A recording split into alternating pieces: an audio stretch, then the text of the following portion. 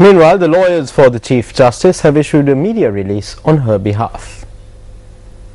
The release issued by the lawyers of the Chief Justice states that the media has quoted the government members of the Parliamentary Select Committee as having stated that they have found the Chief Justice Dr. Shirani Bandaranaike guilty of the first, fourth and fifth allegations in the impeachment motion, while exonerating her of the second and third allegations. The release states that the Chief Justice is yet to be issued a copy of the evidence and the findings of the government members of the Select Committee, and that it is understood that the report was submitted just hours after the government members of the Select Committee concluded hearing witnesses. It goes on to say that in fact, after the Chief Justice was informed that only documentary evidence will be used at the inquiry, after the Chief Justice walked out of the Select Committee, the very next day 16 witnesses were called and their evidence led without any notice to the Chief Justice and without making them available for cross-examination. Lawyers of the Chief Justice point out that it is noteworthy that even when evidence was led ex parte,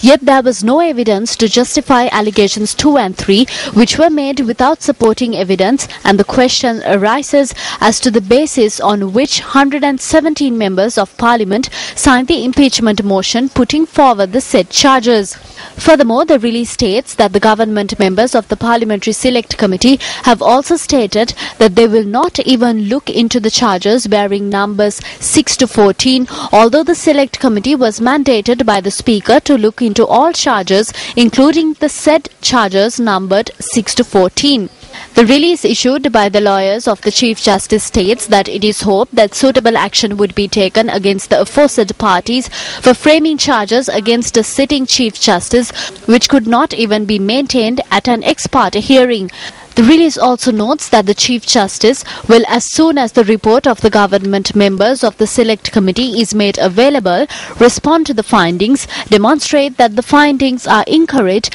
and that she is innocent of the charges.